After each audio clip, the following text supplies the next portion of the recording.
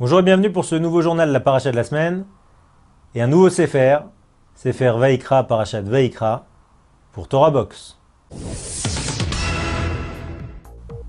Les ondes du dôme de fer souterrain. Reculade du gouvernement sur la loi travail. Séparer le sel du sucre contre le diabète. La faute des princesses Merkel et Rousseff. Secret de Polichinelle, Israël travaille avec les États-Unis sur un nouveau système de dôme de fer souterrain. Car il faut voir que depuis 2016, une quinzaine d'effondrements de tunnels ont eu lieu, au point même que le général en chef de la région sud, à qui on a demandé si Israël était dans le coup, a répondu « Dieu seul le sait ». En fait, on sait maintenant de sources quasi officielles que Elbit et Rafael, donc les deux grosses sociétés d'armement semi-publiques israéliennes, ont signé un accord avec les États-Unis portant sur plus de 40 millions de dollars pour développer une solution contre la menace des souterrains. Menace qui s'est révélée très forte à la dernière guerre de Gaza et menace qui est encore brandie au Liban avec le Hezbollah. Alors, a priori, ce qui ressortirait, c'est que il y a un système de mesure d'ondes sismiques qui permet de comprendre d'un côté, d'analyser l'activité des souterrains, et derrière, c'est pas extrêmement clair.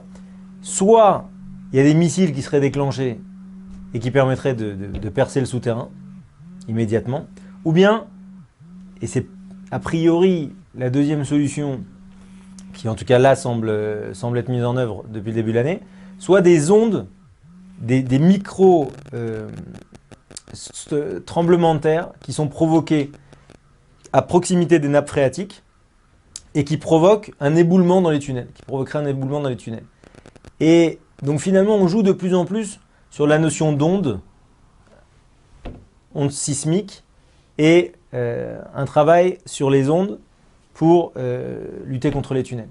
Alors maintenant, il faut voir que dans la paracha de la semaine, la paracha et le Sefer Vaikra commence par Vaikra, Hachem a appelé Moshe.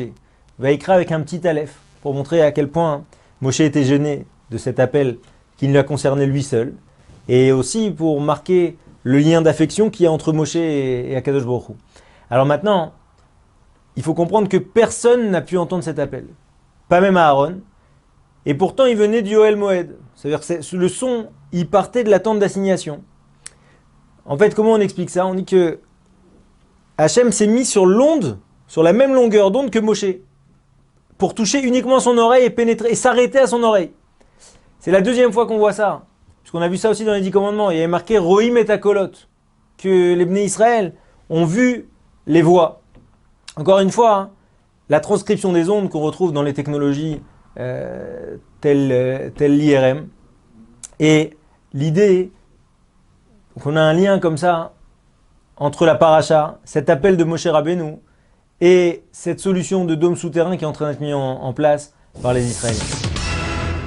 Dans la paracha de la semaine, on explique les différents types de korbanot. Donc ces sacrifices qui permettaient à tout un chacun de se rapprocher d'Akadosh Baruch Hu, comme il y a marqué Karov, la chaîne Kirouv, on se rapproche d'Hachem. On commence par un korban Ola. Ensuite, donc, qui vient réparer une action, une mitzvah tassée, un commandement positif qui n'a pas été réalisé. Ensuite, on passe au korban shlamim, c'est-à-dire la volonté d'offrir quelque chose à Hachem pour le remercier. Et ensuite, on continue sur le korban khatat. Et après, les différentes formes de korbanot qu'on appelle hacham, korban de délit. Alors maintenant, ce qui est intéressant de voir, c'est qu'entre chaque korbanot, il y a marqué ve'im minatzon. C'est-à-dire que, et si maintenant ce korban dont on vient de parler, qui était au départ pour un taureau, il est maintenant pour pour un menu bétail. Ou ensuite, si la personne ne pouvait pas se permettre non plus un menu bétail sur des oiseaux, etc. etc. Maintenant, Rachid explique ve'im minatzon. On dit mais pourquoi V? Pourquoi il y a besoin de cette conjonction de coordination? Pour te dire que Moshe, entre chaque loi, il avait un petit temps de respiration. il avait un temps de réflexion. Et c'est précisément ce qu'ont eu Manuel Valls, François Hollande, au niveau de la loi travail. Ce temps de réflexion qui a fait qu'ils sont venus avec une très bonne loi, en tout cas une loi qui devait réformer en profondeur le monde du travail français, enfin en profondeur dans la mesure de ce qui était envisageable, travail sur la flexibilité du travail, une remise en cause du caractère obscur des indemnités prud'homales, etc., etc. Maintenant, suite à la levée de bouclier des syndicats, suite aux premières manifestations qui n'ont pas été monstres, 200 000 personnes pour toute la France, c'est pas colossal, et ben déjà le gouvernement a reculé. La flexibilité du travail devrait être validée par les syndicats. Les indemnités prud'homales seront notées à titre indicatif. Bref, c'est l'esprit même de la réforme qui est revu. Et c'est justement ce temps de réflexion qui a été plutôt un temps d'inflexion pour le gouvernement et qui malheureusement n'arrivera pas, encore une fois, à réformer ce marché du travail, qui est pourtant l'un des grands freins à l'emploi en France. Cette semaine, des spécialistes français du diabète ont fait un lien très fort entre le sel et le sucre dans l'augmentation du diabète. En fait, le sucre est absorbé par les intestins et lorsqu'il rentre en contact avec le sel, et plus particulièrement avec les sels biliaires, sels produits par le foie, il augmente le taux de diabète. Et donc en fait, ils se sont aperçus que, et vraiment on n'encourage pas ça du tout, sauf en cas de besoin médical, mais ils se sont aperçus en posant des anneaux, des bypass, qui freinaient les sécrétions de la bile, et ben, les gens qui avaient les anneaux, en dehors du fait de réduire leur consommation, ils réduisaient aussi leur diabète drastiquement, justement parce qu'il n'y avait pas ce contact entre le sel et le sucre. Alors c'est intéressant de voir que dans la paracha de la semaine, il y a marqué clairement que sur chaque korban, sur chaque sacrifice, on devait mettre du sel. On devait le tremper dans le sel. On explique que le sel de mer, le deuxième jour de la création, au moment où Kadosh Baruch Hu a séparé les eaux d'en bas des eaux d'en haut, alors il y a eu un espèce de tenaille, il y a eu une condition qui a été posée, à savoir que on accepte d'aller contre notre nature et de se séparer en deux, d'accord ? Mais en contrepartie, il faut bien nous donner quelque chose. Alors en contrepartie, vous serez ceux qui allez permettre de rapprocher le peuple d'Akadosh Baruch Hu à travers ces sacrifices. Et c'est le sel, justement, à qui on doit donner un kavod particulier. Et ce qui ressort de l'étude, c'est que le sel, il doit être pris à part, il doit être valorisé à part. D'où l'idée que le petit dessert qui vient en fin du repas, qui est traité d'ailleurs comme quelque chose d'à part, vraiment en dehors du repas, d'après nos sages, puisqu'il n'est pas inclus, par exemple, quand on prend un dessert, on doit, dans la plupart des cas, rajouter une bénédiction, parce que justement, il n'a pas le même kavod que les choses salées qui sont le véritable repas.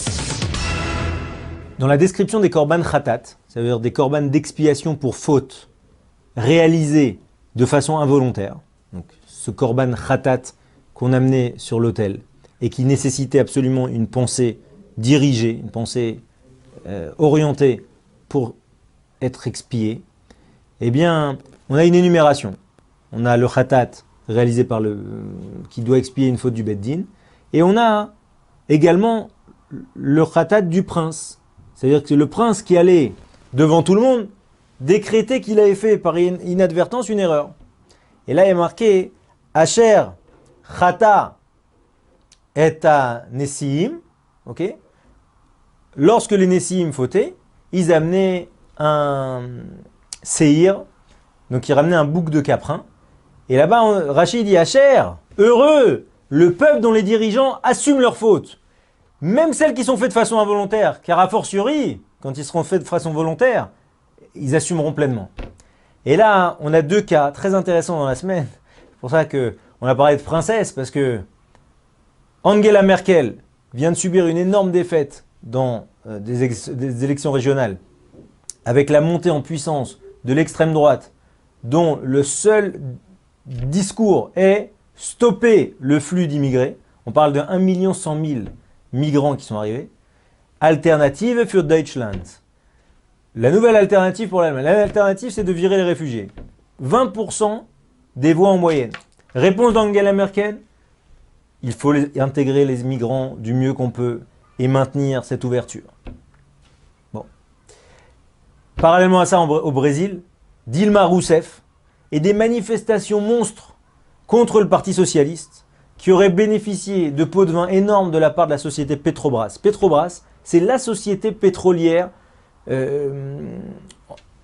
semi-privée, mais bon, quand même très largement étatique, qui aurait permis à Lula, qui était le président avant Dilma Rousseff, de gagner les élections. Et Dilma Rousseff, responsable mais pas coupable. Ça veut dire qu'elle... Et ça c'est très difficile pour les gens. Et qu'est-ce qu'elle dit? Elle dit 3,5 millions de personnes dans les rues, la plus grande manifestation jamais enregistrée à Sao Paulo. Et sa réponse a été que c'est beau de voir que dans notre pays on peut exprimer ses idées de façon non violente. Et là encore, on est très très loin du HR, de la joie d'avoir des dirigeants qui assument et qui disent effectivement les choses doivent changer, on s'est trompé et on doit faire marche arrière. Voilà, que Bezrat Hashem, on mérite d'avoir pareil dirigeant et bientôt que le Mashiach Tzidkenu dirige Am Israël. Amen, Ken Yiratzon.